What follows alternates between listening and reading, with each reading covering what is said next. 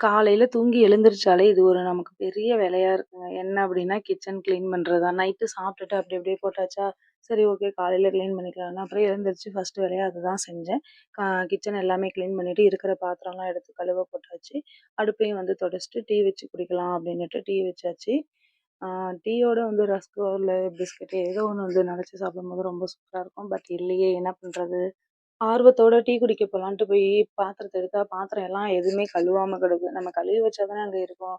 கழுவாம இருக்கும்போது கழுவாம தான் இருக்கும் அப்படின்னு நினைச்சுட்டு, சரி ஓகே.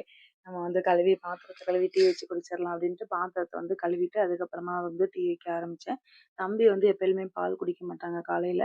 ஆ ஸ்கூல் போயிட்டு வந்து ஈவினிங் குடிப்பாங்க, இல்லைன்னா நைட்டு குடிப்பாங்க. ஏன் அப்படின்னா, காலையில வந்து பால் குடிச்சாங்க அப்படின்னா, அவங்க வந்து சாப்பிடாம தான் ஸ்கூல் போவாங்க. அதனால நான் வந்து தம்பிக்கு எப்பயுமே பால் காய்ச்சி குடுக்க மாட்டேன். காலையில டீ வச்சு குடிச்சதுக்கு அப்புறமா துணி துவைக்க வந்து கிளம்பிட்டேன். துணி துவைக்க கிளம்பும்போதே தம்பி எந்திரிச்சிட்டனால, சரி படிடான்னு சொல்லி குடுத்தா, அவன் வந்து படிக்கிறதுக்கு ரொம்ப கஷ்டப்படுறான். அதெல்லாம் எனக்கு தெரியாது. நீ படிச்சு தான் ஆகணும் அப்படின்னு சொல்லிட்டு, துணிய மட்டும் துவைச்சு வச்சுட்டு வந்தாச்சு. தம்பிக்கு நேரம் ஆயிடுச்சு அப்படிங்கிறனால சமைக்கிறதுக்கு வந்தாச்சு.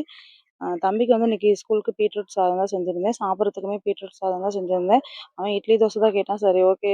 இன்னைக்கு ஒரு நாள் பீட்ரூட் சாதம் செஞ்சு சாப்பிட்டு போடா அப்படிங்கவும், சரி ஓகே அப்படின்னுட்டான்.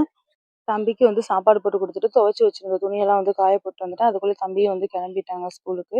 பாய் சொல்லிட்டு வந்து கிளம்பிட்டாங்க. நானும் வந்து பழைய சாதம் இருந்தனால, அத வந்து மோர் மிளகாய் வச்சு சாப்பிட்டுட்டேன். இந்த சாப்பாடு வந்து யாருக்கெல்லாம் ரொம்ப பிடிக்கும் அப்படின்றத கமெண்ட்ஸ்ல சொல்லுங்க. Thank you.